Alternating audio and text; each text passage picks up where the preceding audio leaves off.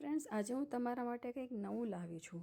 Friends, તમને બધાને ખબર તો હશે વેલેન્ટાઇન ડે નજીક આવી રહ્યો છે, તો આપણે બનાવી ડિઝાઇનર ચોકલેટ બાર, જે વેલેન્ટાઇન ડે ઉપર એકદમ પરફેક્ટ જાય છે, જે તમે કોઈ પણને ગિફ્ટ કરી શકો છો અને તમે ઇઝીલી ઘરે બનાવી શકો છો. તમે જુઓ છો, મેં બેકર્સ વિલેનું જે ફૂડ કલરિંગવાળા જે મોલ્ડ આવે એ લીધું છે. એમાં મેં ડાર્ક ચોકલેટ એડ કરી દીધી છે.